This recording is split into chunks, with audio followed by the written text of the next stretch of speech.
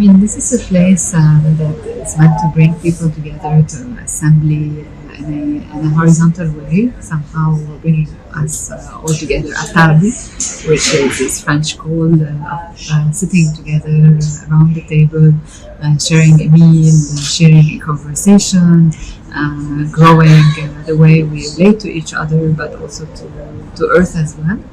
And I wanted this place to be a place of conviviality, and thinking about a table is also thinking about how we relate to Earth, really. Because Earth is our source of sustenance, and how do we build this relationship to Earth that is at the heart of today's questions. And the Serpentine Pavilion as legacy and history is about really expressing the time that we are in, and I wanted this one to really talk about this moment of like search for sustainability, for ecology through architecture.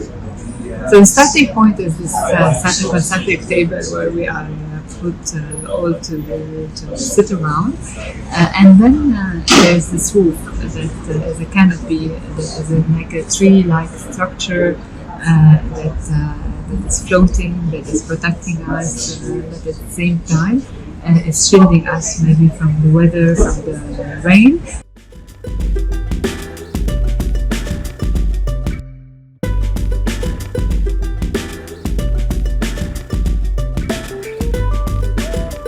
I think it's about measuring our intervention in a certain context, and the emotion of this pavilion is about drawing you to an interior, to kind of discover this interior ribbed structure where you have the central like opening that brings light in. And it's kind of a moment of introspection, of interiority, and in the way it relates to the outside, it tries to communicate and chit-chat in a way with the context, like really being at harmony in a horizontal manner, relating to the existing gallery in a way as it's a historical building, it remains higher.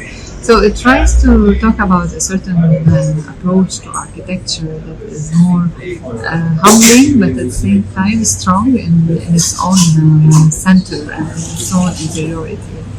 And I really like how the structure is evolving, each one's imaginary. So each person would think that it reminds him or her of a carousel, or of a kind of a playful structure, or someone would think it's a floral, like it's a flower growing, or some other felt like it's a mushroom. And I like this kind of introspection, this kind of intimacy that is present in the pavilion. And in that sense, it's a strong statement. Also, I love this, that you can think about familiarity, about memory, that it kind of includes this diversity that we are actually through the research that was going before the construction of the pavilion, that influenced its form in a way.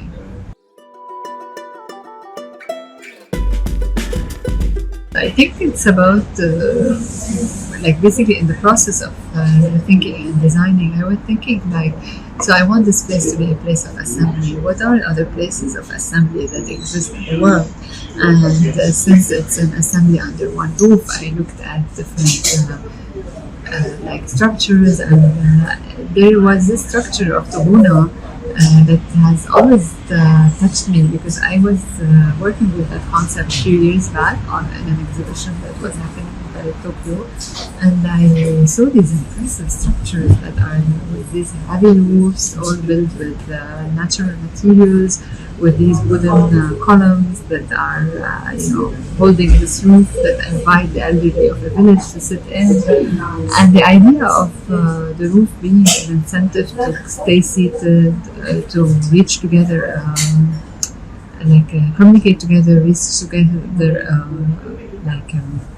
agreement on a certain important decision was really beautiful. And the fact that space can actually incite you to be in a certain position.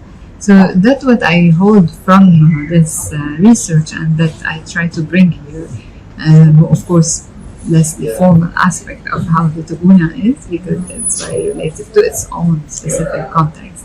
And in the specific context of London, it becomes a place that is rather contemporary with this ribbed structure, but that in a way has a reminiscence of this feeling of seating, of a bit slow, dim light, and of slowness of time that it brings us.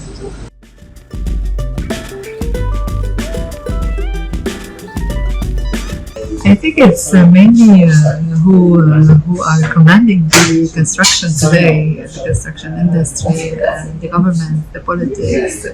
What is governing our construction industry today? And I think I hope to see everyone from that industry seated and conversing about how we can rebuild a more sustainable tomorrow.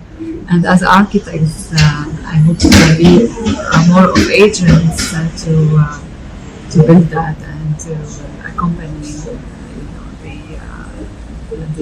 the capital invested in the right place. We are operating. I mean, we are also part of the system. We kind of challenge it. We push for it, and when we have the occasion, we try to call for that change.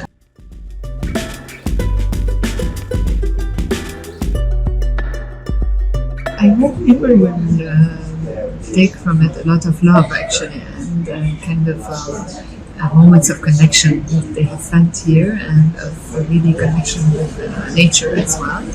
And myself, I think I take from it like what people were able to experience and give actually in the space, like how they experienced it maybe in an unpreviewed way, in ways that I wouldn't have expected.